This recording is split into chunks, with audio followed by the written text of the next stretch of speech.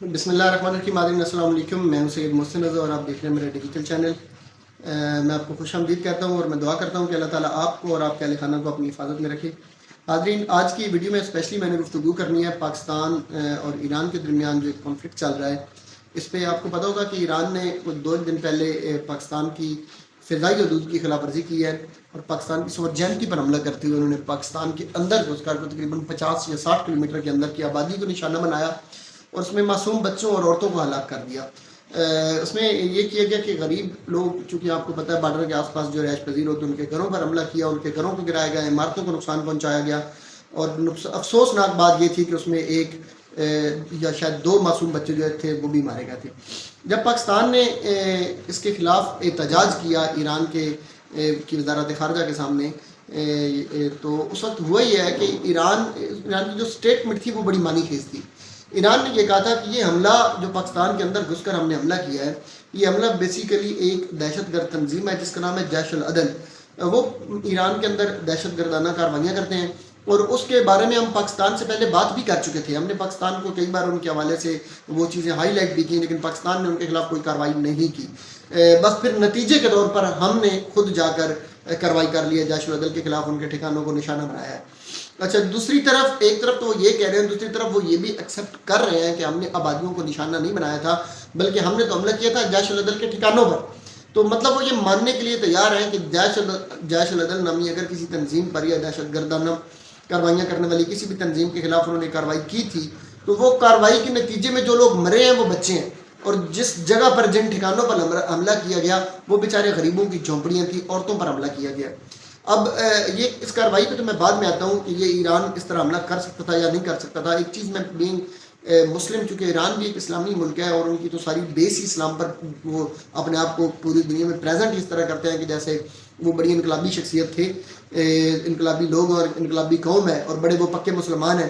تو یہ انہیں اچھی طرح پتہ ہوگا کہ اسلام بھی کبھی اپنے بدترین دشمن پر حملہ کرتے ہوئے بھی، یعنی اپنے تحفظ کرتے ہوئے بھی، جب آپ اپنے آپ کو ڈیفینڈ کرتے ہیں اس جنگ میں بھی اسلام آپ کو یہ پرمیشن نہیں دیتا کہ آپ بچوں پر حملہ کریں، آپ عورتوں پر حملہ کریں، آپ درختوں پر حملہ کریں، جانوروں پر حملہ کریں یا آپ رہائش گاہوں پر حملہ کریں۔ تو اس کی اسلام بھی اجازت بہرحال نہیں دیتا۔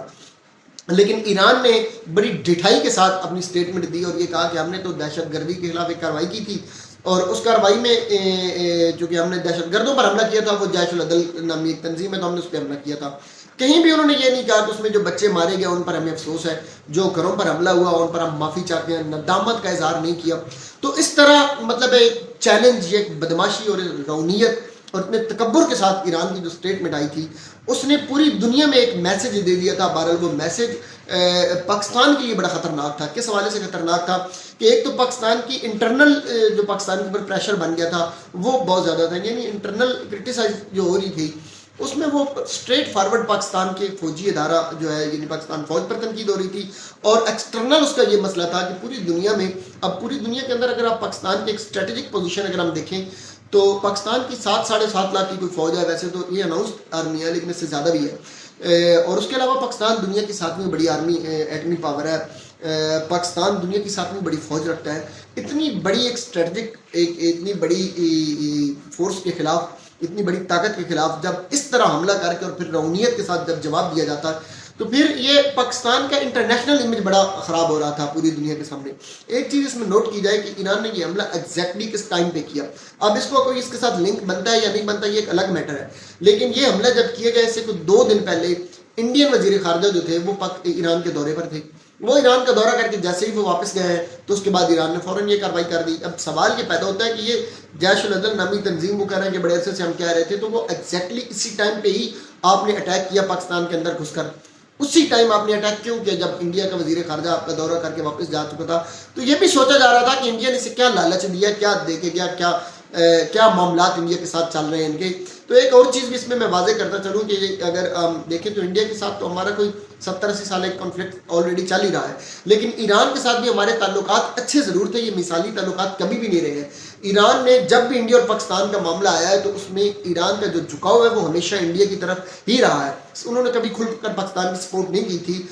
اس میں آپ کو کلبھوشن یادیو کا ایک واقعہ یاد ہوگا جو پچھلے دنوں اریسٹ ہوا تھا۔ یہ سارے اگر معاملات دیکھے جائیں تو ایران جو تھا وہ اس کا جھکاؤ بہرحال انڈیا کی طرف ہی رہا ہے۔ اب انٹرنیشنلی کیا آپ اس طرح کر سکتے ہیں؟ تو اگر ایران نے یہ حملہ کرنا بھی ہو، فرض کریں اس طرح کی نوبت آ بھی جائے، تب بھی کوئی ملک کسی دوسرے ملک کی سورجنٹی کو اس طرح روندتا ہوا ان کی سرحدوں کی خلاف ورزی نہیں کر سکتا، یہ انٹرنیشنل لاز بھی نہیں ہے۔ تو اب ایران نے پھر کیا سوچ کر حملہ کیا؟ کس نے شے دی تھی انہیں؟ کیا اس نے اپنے اندر تصور کیا کر رکھا تھا؟ یا تو ایک تصور یہ ہو سکتا ہے کہ افغانستان کے ساتھ تو آلریڈی ان کے تعلقات خراب ہو چکے ہیں، انڈیا کے ساتھ ان کے تعلقات ویسے ہی کبھی ٹھیک نہیں رہے، ایک ہم رہ گئے، ایک چائنا رہ گیا، چائنا کے ساتھ چھوٹا بارڈر ہے، ایران کے ساتھ کچھ 550 مائلز کی ہماری سرحد ہے، تو وہ یہ سوچ رہے تھے کہ شاید پاکستان پریشرائز ہو جائے گا۔ دوسرا پھر آج کل پاکستان کے اندر جو معاملات چل رہے ہیں، ایران یا باقی دنیا یہ سمجھتی ہے کہ شاید ہمارے اندر کوئی سیاسی عدم استحکام ہے، جبکہ دنیا کو یہ نہیں پتا کہ پاکستان میں کوئی سیاسی عدم استحکام نہیں ہے۔ یہ عدم استحکام ہمارے انٹرنل میٹر ضرور ہیں کہ اس بار طاقت کا جو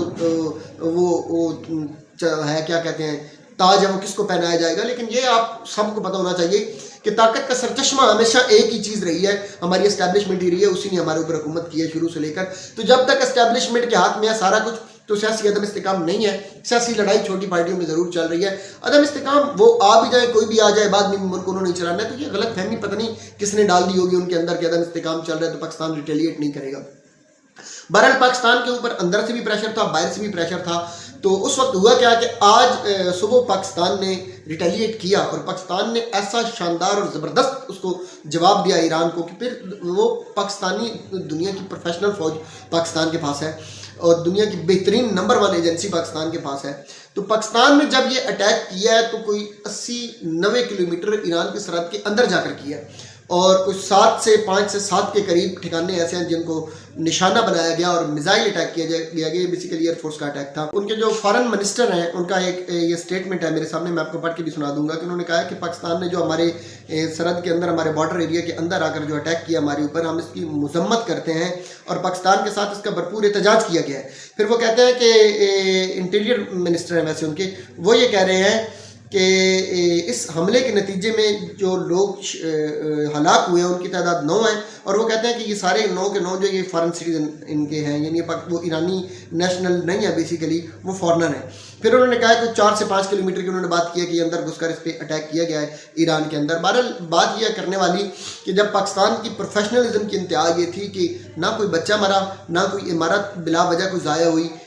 نہ کسی عورت کو کوئی نقصان ہوا، کوئی بے گناہ نہیں مارا گیا، اور آپ نے جو حملہ کیا اس کے نتیجے میں پروفیشنلزم بھی ایسی تھی کہ جو پاکستان نے سٹیٹمنٹ دی ہے کہ آپ دہشت گردی پاکستان کے اندر کروا رہے ہیں۔ ایران نے کبھی اس کا آج تک پروف نہیں دیا جہاں تک میری انفارمیشن ہے، لیکن پاکستان نے تو کلبھوشن جادیو کے معاملے پر آپ کے سامنے پوری فہرستیں کھول کے رکھ دی تھیں، آپ کے پورے بارڈر کے ایریے کے ساتھ اس نے جو ایک پوری فورس بنا رکھی تھی، ایک پورا لشکر تیار ہو رہا تھا، اور بلوچستان کے اندر وہ ایک پوری جو فوج تیار کر رہا تھا پاکستان کے مخالف کاروائیاں کرنے کے لیے، وہ ساری کی ساری پورے پلندے آپ کو پیش کیے گئے تھے۔ وہ آپ کی نیشنلٹی سے وہ پاکستان کے اندر آ رہا تھا، بزنس مین بن کے وہ پاکستان کے آپ کے سامنے احتجاج بھی کیا گیا۔ کیا اس وقت ہم نے جب پاکستان نے آپ کو بتایا تھا کہ آپ کے سرحدی علاقے میں کلبھوشن جادیو نے ایک پورا نیٹ ورک بچھا رکھا ہے، پاکستان نے کبھی اس کے خلاف حملہ نہیں کیا، ہمیشہ یاد ہی کروایا۔ تو یہ کمزور لوگوں کی ہوتی ہے کہ جب آپ اپنے ملک کے اندر ہونے والی کارروائیوں کو آپ اندر سے کنٹرول نہیں کر سکتے تو آپ بیرونی لوگوں پر پھر حملے کرنا شروع کر دیتے ہیں اور الزام تھوپنا شروع کر دیتے ہیں۔ تو آپ کے نیٹ ورک جو چل رہا تھا، پاکستان نے اللہ کا شکر اپنی انٹیلیجنس ایجنسیز اور اپنی فورسز کو استعمال کر کے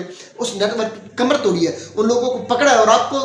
کو آئینہ بھی دکھایا ہے ساتھ کہ یہ دیکھیں یہ آپ لوگ ہمارے ساتھ کر رہے ہیں، برادر مسلم ملک ہو کر بھی، لیکن ہم نے پوری دنیا کے سامنے نہ آپ کا تماشا بنایا نہ اپنا تماشا بننے دیا۔ تو یہ صورتحال تھی، لیکن آپ کو یہ پتہ نہیں کس نے شے دی اور آپ نے یہ سارا کچھ کر دیا۔ اس وقت پاکستان نے اب جب حملہ کیا تو اب آپ کی یہ چیخیں نکل رہی ہیں، ہم مذمت کرتے ہیں، ہم یہ کرتے ہیں، تو بھائی مذمت کرنے سے پہلے آپ کو یہ سوچنا چاہیے تھا، آپ کے انٹرنل آپ کی